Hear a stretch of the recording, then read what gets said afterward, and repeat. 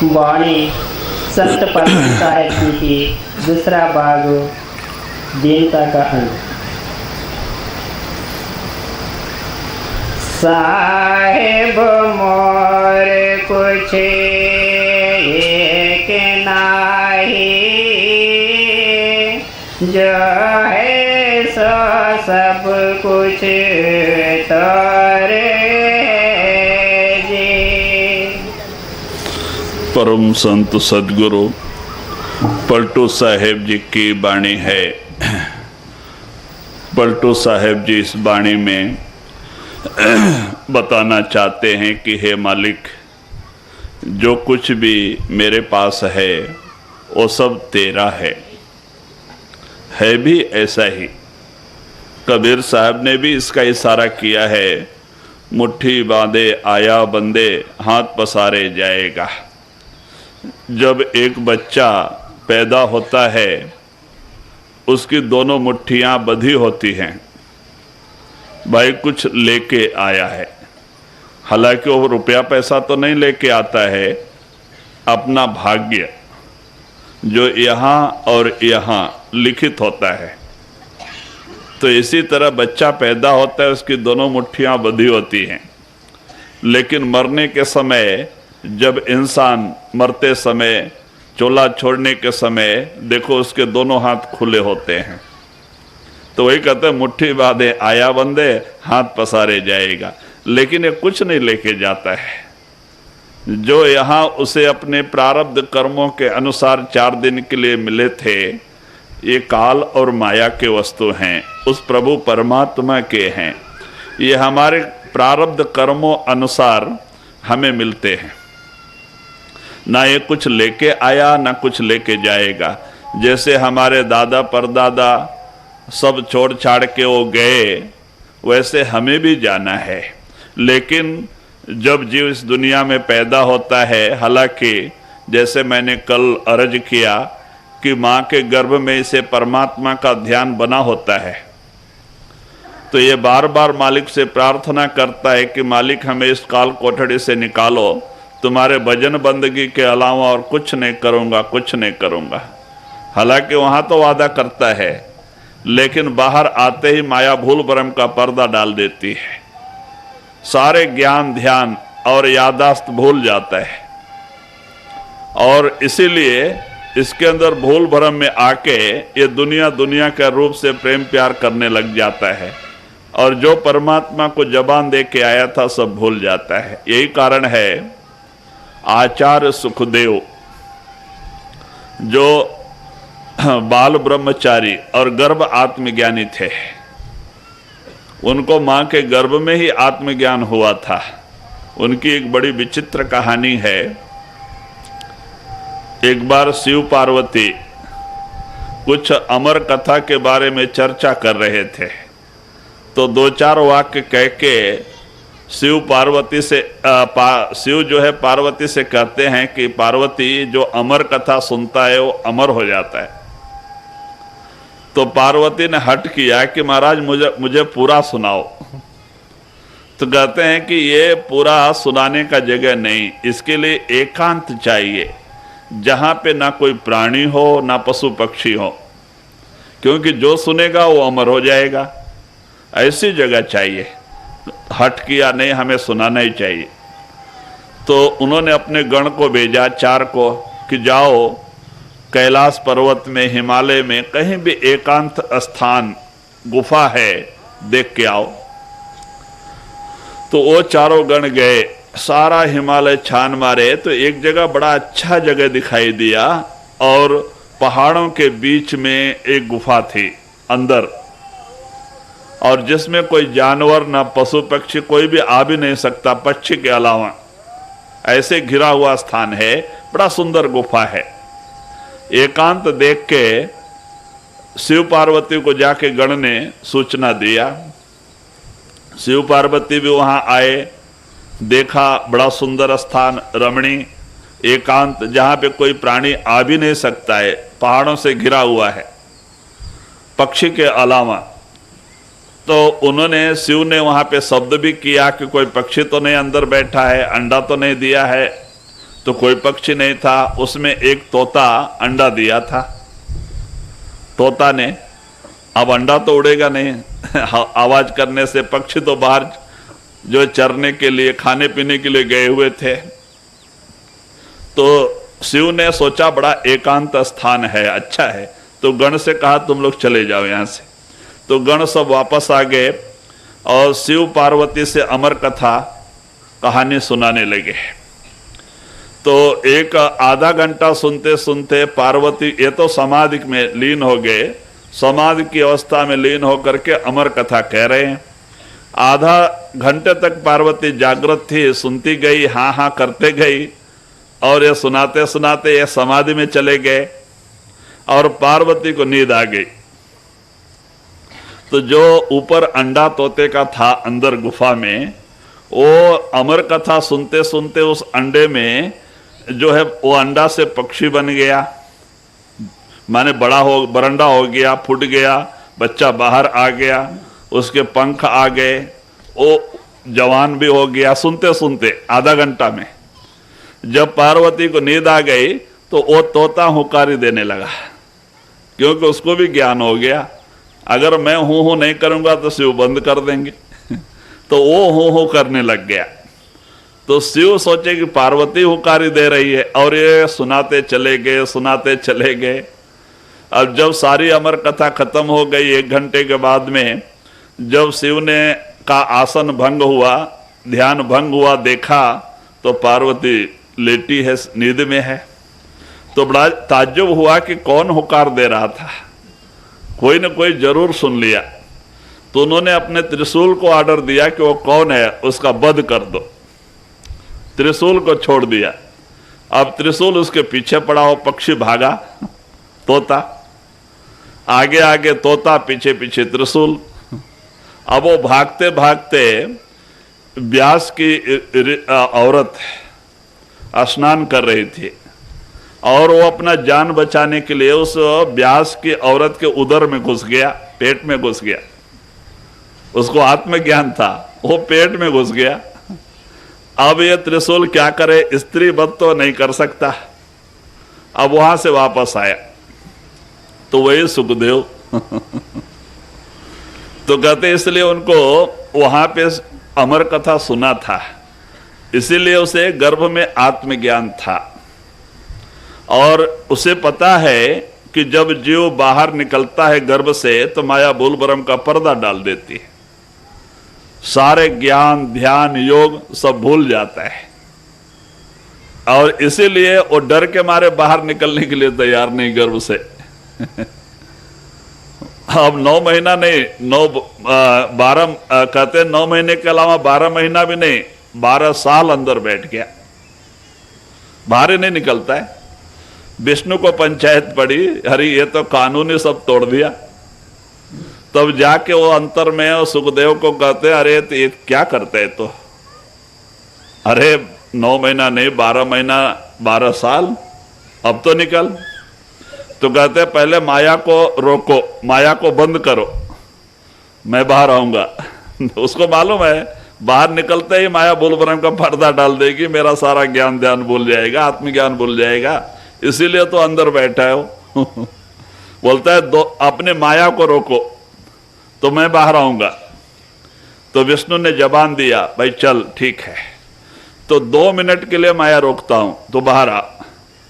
तो 2 मिनट के लिए माया को रोका, और तब ये उधर से माने गर्भ से बाहर निकल के भागने लगे और बाहर निकलते इनका 12 साल का उम्र हो गया, क्योंकि उनको आत्मज्ञान था, अपने जो है कि योग बल से अपना छोटा स्वरूप धारण किया था। बाहर आते ही 12 साल की उम्र, भागने लगे।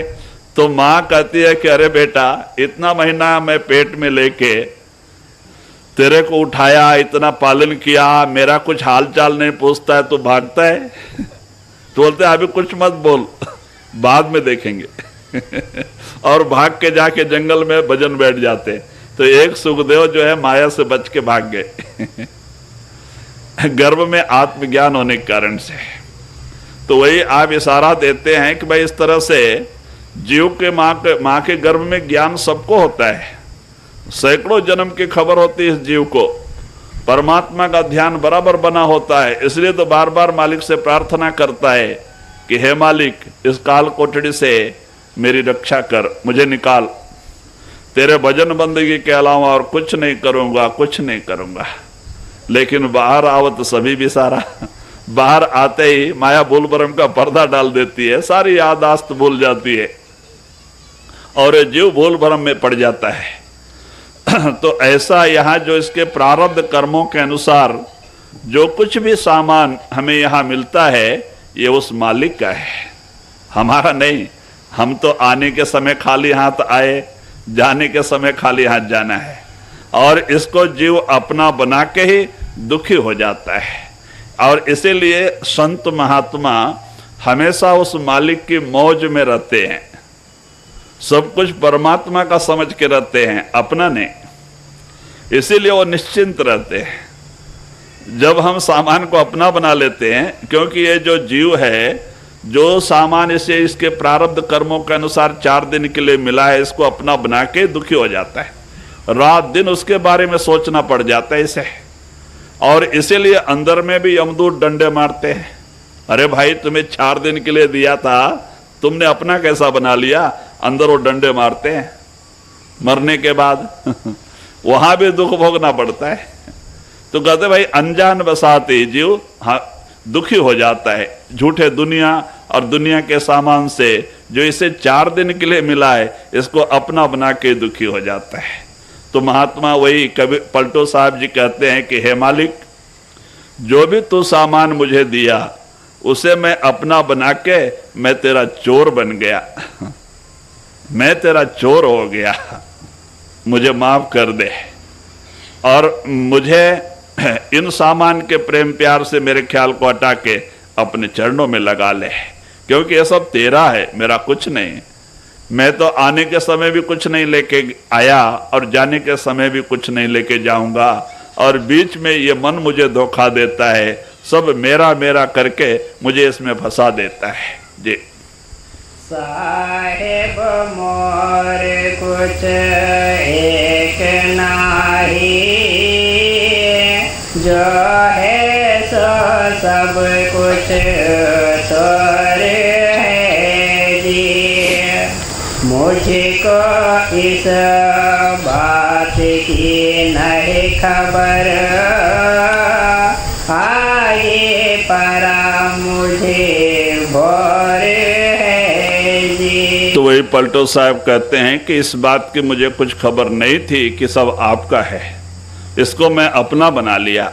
लेकिन जब संतों के शरण में गया, संतों का सत्संग मिला, तो संतों ने सारी जानकारी सत्संग के जरिए हमें दी, तब जाके मुझे पता लगा, अब मुझे जागृता आई कि सब तेरा है, मेरा कुछ नहीं।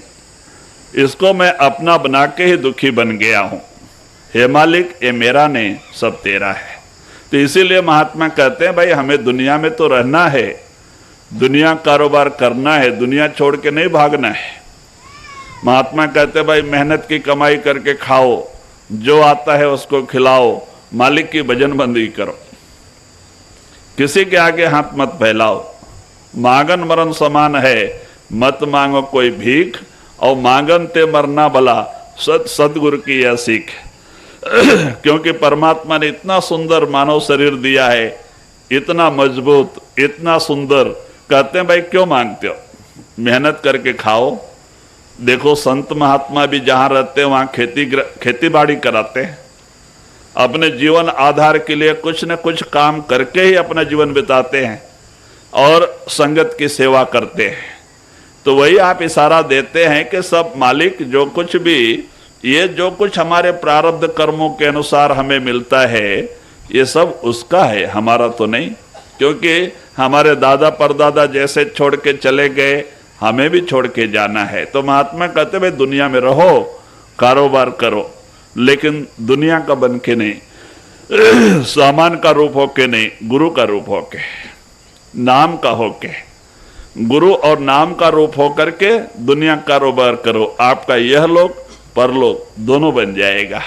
ये दुनिया का सामान आपका कुछ नहीं बिगाड़ेगा, काल और महाकाल भी आपका कुछ नहीं कर पाएगा, क्योंकि दुनिया दुनिया के सामान से आपका प्रेम प्यार नहीं, गुरु के चरणों से है, नाम से है। ऐसे ही संत महात्मा दुनिया में आए, वो भी बाल बच्चे में रहे, लेकिन गुरु का बन के, दुनिया का बन के नहीं। मैं बार बार कहता हूं, देखो सावन सिंह महाराज जी का जो कि दोनों माने कि दोनों दूसरा नंबर का लड़का जो कि ओसियर, थोड़ा 6 महीने ड्यूटी किया था, इंजीनियरिंग पढ़ा था उस जमाने में, और खाली 6 महीने ड्यूटी किया था, मलेरिया की चपेट में आ गया। 1 महीने तक बुखार चढ़ा था। पहले जमानों में ऐसे नर्सिंग होम हॉस्पिटल नहीं थे, ये नाटी वैद्य रहते थे जो झाड़पाले का इलाज करते थे। तो कहते हैं इस तरह से बहुत इलाज कराने के बाद में भी नहीं ठीक हुआ, तो महाराज ने सोचा चलो जयमल सिंह महाराज अपने गुरुदेव का दर्शन करा के लेके आएंगे। तो सिरसा से ब्यास आ रहे थे ट्रेन में लेके, और जैसे ब्यास स्टेशन पे उतरे कि लड़का चल बसा, मर गया। अब बताओ कितने दिल पे असर होगा। जवान लड़का, ओसियर, माने 6 महीने ड्यूटी पे लगा और मर जाए, गुजर जाए, कितना दर्द होगा। लेकिन सावन सिंह महाराज, और वो भी ब्यास स्टेशन पर, अभी 3 किलोमीटर आश्रम बाकी है, ब्यास स्टेशन पे उतरते ही ऐसे कांड हो जाए। तो उस समय महाराज जी अपना दिल टटोलते हैं, हृदय देखते हैं कि इसमें कोई शोक है, कोई दुख है बच्चे के प्रति, कोई मोह है, कुछ नहीं। तो बोले चलो अब मुर्दे को गुरुदेव के पास क्यों लेके जाना, अब यहां से वापस लेके चलो, कोई दुख नहीं दिल में। जवान लड़का गुजर गया, पढ़ा लिखा, कोई दुख नहीं। और वहां से फिर वापस सिरसा लेके आए, और आके वहां पे उसका जो दहन कार्य सब कुछ किया, लेकिन कोई दुख नहीं। तो कहते भाई इस तरह से महात्मा रहते हैं, माने वो भी दुनिया में रहते हैं, बाल बच्चे में रहते हैं, लेकिन अपना मन जो है दुनिया से निकाले हुए सदगुरु के चरणों में नाम से जोड़ के। दुनिया घट जाए कोई दुख नहीं, दुनिया बढ़ जाए तो कोई सुख नहीं, क्योंकि सब गुरु का है, मालिक का है। तो कहते इस तरह से संत महात्मा भी दुनिया में रह के और दुनिया से हमेशा अलग रहे, और कहते इस तरह से वो महात्मा बन गए। तो वही रास्ता हमें संत बताते हैं कि भाई हम भी दुनिया में रहें, बाल बच्चे में रहें, ये हमारी ड्यूटी है, ड्यूटी बजाएं, लेन देन का हिसाब किताब है, बजाना है। लेकिन जब तक कि कुछ मालूमात नहीं था, सत्संग नहीं मिला था, सदगुरु नहीं मिले थे, सत्संग नहीं मिला था, कुछ जानकारी नहीं थी, यही अपना कर्म धर्म समझ के इसी लिबड़े हुए थे। लेकिन जब गुरु मिले, सत्संग मिला, सत्संग में बार बार इसी चीज को संत दोहराते हैं, यही चीज बताई जाती है, भाई दुनिया दुनिया का सामान सब धोखा है। काल ने इस जीव को फंसाने के लिए बड़ी विचित्र रचना किया है, और इसी मोह में जीव अपना इतना अमूल्य समय बर्बाद कर जाता है, परिणाम अंत समय पश्चाताप। तो कहते भाई दुनिया में रहो तो दुनिया का बन के नहीं, गुरु का बन के, नाम का बन के दुनिया कारोबार करो, तो आप यहां भी सुखी, क्योंकि गुरु की दया का हाथ आपके सिर पे आ जाएगा, वो हर समय आपकी रक्षा करेगा। आप यहां भी सुखी, मरने के समय वही नाम और गुरु आएगा, यमदूत नहीं आने देगा, ऊपर के मंडल में ले जाके वासा देगा, वहां भी सुखी। तो यह लोक और परलोक दोनों सुख मिल जाएगा जी। मुझे को इस बात की ना है खबर, आगे परा मुझे भोर है जी। इसे हमता ममता के कारण तुमसे भये हम छोरे जी। तो वही पलटू साहब जी कहते हैं, पहले तो मुझे जानकारी नहीं थी, हम दुनिया दुनिया के सामान के रूप बन गए, लेकिन जब सदगुरु मिले और उनका सत्संग मिला तो मुझे जानकारी हुई, तब मैं इससे दूर हो गया। और मैं इसी ममकार के कारण से, हमता और ममता के कारण से मैं आपका चोर बन गया था, क्योंकि आपने जो 4 दिन के लिए वस्तु दिया था उसको मैंने अपना बना लिया था, मैं आपका चोर बन गया था। हे मालिक मुझे क्षमा कर दे जो भी कुछ है सब तेरा है, मेरा नहीं, ये सब तेरा है। तुझे जो भी 4 दिन के लिए मुझे देता है ये सब तेरा है। तो कहते भाई ऐसी भावना लेकर के जब हम भक्ति के रास्ते पे चलते हैं तो जरूर कामयाबी हासिल होती है।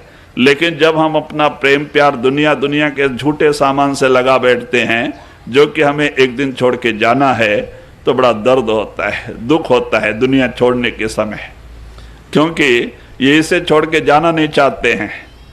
और यमदूत भी पकड़ वारंट, वो भी छोड़ के जाना नहीं चाहते हैं, तो जबरदस्ती इनके प्राण खींच के ले जाना पड़ता है यमदूतों को, बड़ा दर्द होता है।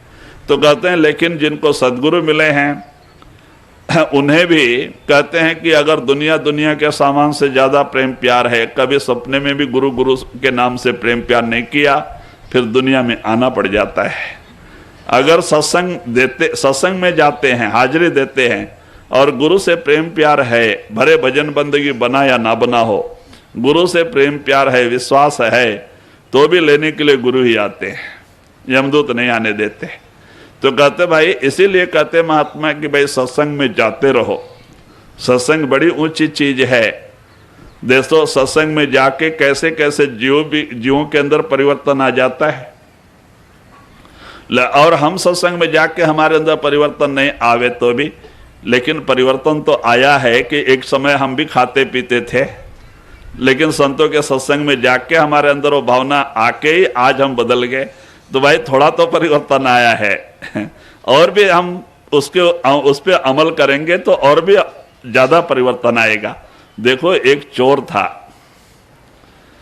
जो कि बड़े बड़े राजवाड़े में चोरी करता था। मैंने देखा, हमारे यहाँ भी एक चोर था गांव में, और दिन दहाड़े बोल के आता था, मैं तुम्हारे घर में चोरी करूंगा, बोल के चोरी करता था और कोई भी पकड़ नहीं सकता था। क्या मंत्र था उसके पास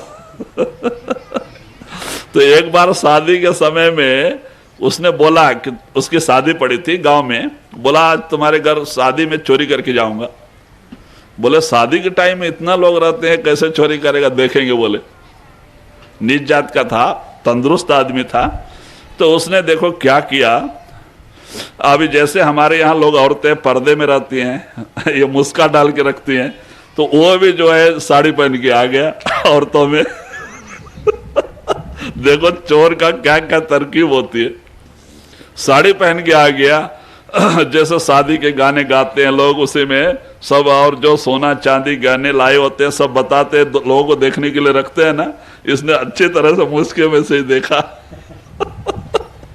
और ये करने के बाद में औरतों के अंदर ही था, लेकिन किसी ने उसको पहचाना नहीं।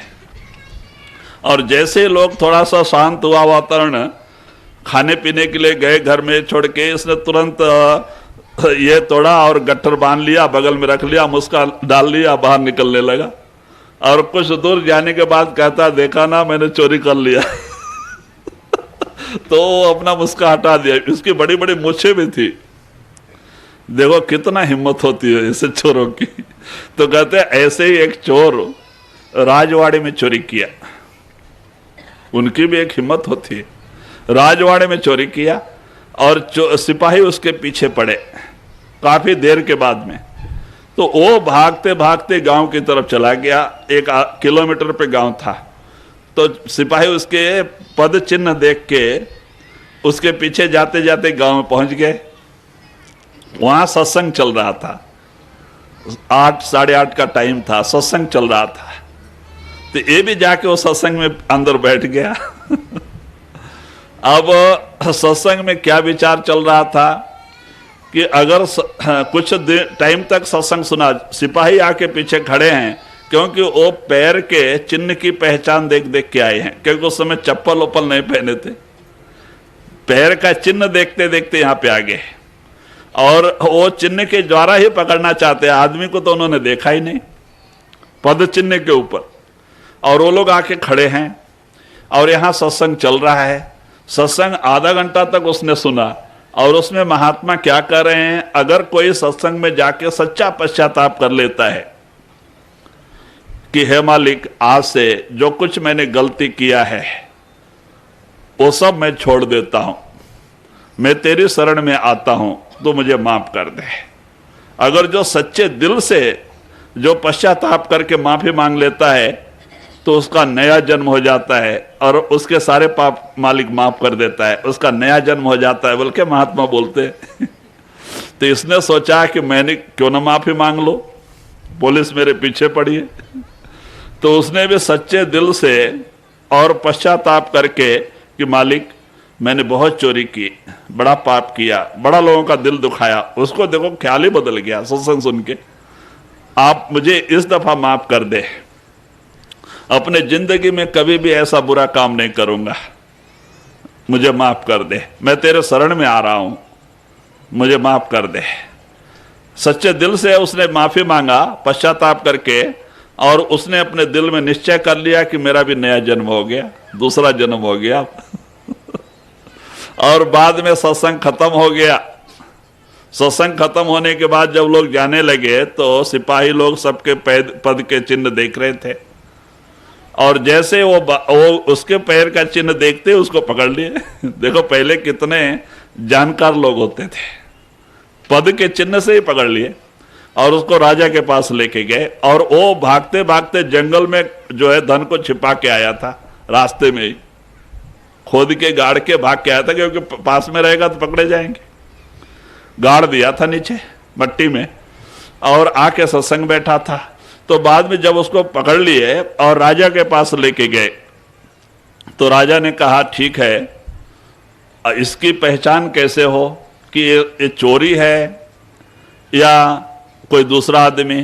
तो राजा ने ऑर्डर दिया कि अच्छा ठीक है, एक हरे पत्ते को धागा लपेट के और इसके हाथ में रखो, और एक लोहे को लाल माने अंगार में जला के लाल करके इस हाथ पे रख दो। अगर वो पत्ता और धागा इसका हाथ जल जाएगा तो ये चोर है, अगर नहीं जलेगा तो ये चोर नहीं है। तो उसने अपने सच्चे दिल से मालिक से माने की प्रार्थना किया था, पश्चाताप किया था, और उसने सोच लिया था कि मेरा दूसरा जन्म हो गया। तो उसने भी अपने तैयार था और उसने पत्ता लपेट के धागा रखा गया उसके हाथ पे, आग में तपाया लाल लोखंड लाके उसके हाथ पे रख दिया गया। तो हाथ ना वो पत्ता जला, ना धागा जला, ना उसका हाथ जला। लेके वो 5 मिनट तक खड़ा रहा, और जैसे उसने बाहर फेंक दिया तो घास में आग लग गई, इतना गर्म लोहा था वो। तो राजा बड़ा गुस्सा हुआ सिपाही के ऊपर कि क्या तुम लोग एक सच्चे आदमी को चोर बना के तुम पकड़ के लेके आए हो। आज अगर हम उसको कोई शिक्षा दे देते थे कितना बड़ा गुनाह मेरे सर पे आता था, इसीलिए तुम लोग जो है कि शिक्षा देने के माने उसके लायक हो, तुम्हें दंड दिया जाएगा। तो चोर हाथ जोड़ के कहता है महाराज ऐसा मत करो, चोरी मैंने ही की है लेकिन इस जन्म में नहीं, पहले जन्म में। तो बड़े आश्चर्य में हो गया, भाई मैं सामान ला के देता हूं महाराज, इन बेचारों का कोई कसूर नहीं, छोड़ दो। तो बोले अच्छा ठीक है लेके आओ। सिपाही के साथ गया, जंगल में खोद के जहां धन गाड़ा था लाके राजा के सामने रख दिया। राजा को बड़ा आश्चर्य हो गया, चोरी भी किया, हाथ भी नहीं जला, कारण क्या है? तो भाई उस चोर से पूछते हैं कि अच्छा बता कि इतना गर्म लोखंड तेरे हाथ पे रखा गया, पत्ता भी नहीं जला, हाथ भी नहीं जला, कारण क्या है? तो वो कहता है कि महाराज मैं सत्संग में गया था, मुझे सत्संग में जाके बैठा था, मैंने सत्संग में सुना महात्मा ने कहा कि अगर जो सच्चे दिल से जाके वहां जो पश्चाताप कर लेता है और मालिक से प्रार्थना करता है कि मैं फिर आगे कभी गलती नहीं करूंगा, तो मालिक उसके सारे पाप माफ कर देते हैं और जो है कि उसका नया जन्म हो जाता है। तब से उसका नया जन्म हो जाता है, महात्मा ने कहा, इसीलिए तब से मेरा नया जन्म हो गया। चोरी तो उसके पहले मैं किया था, वो दूसरा जन्म था, अब मेरा नया जन्म हो गया।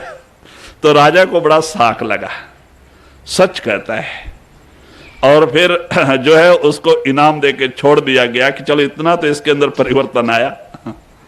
और बाद में राजा भी संत महात्माओं के समागम में जाने लगे।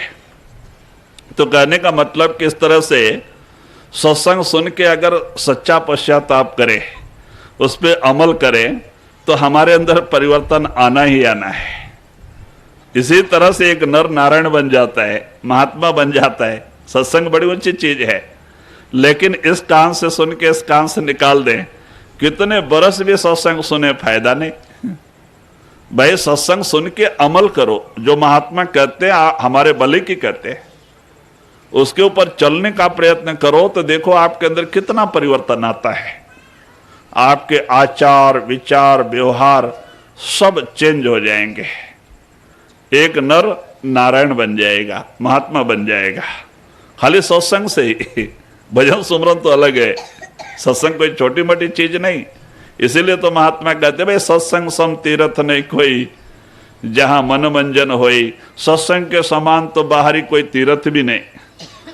बाहर के तीर्थों में तो शरीर के स्नान होते हैं, लेकिन सत्संग में मन का स्नान होता है, मन की मैल उतरती है सत्संग सुनने से। क्योंकि जो भी कुछ हम कर्म करते आए हैं सदियों से, उस कर्म की मैल हमारे मन पे चढ़ते गई है, मन मलिन हो चुका है।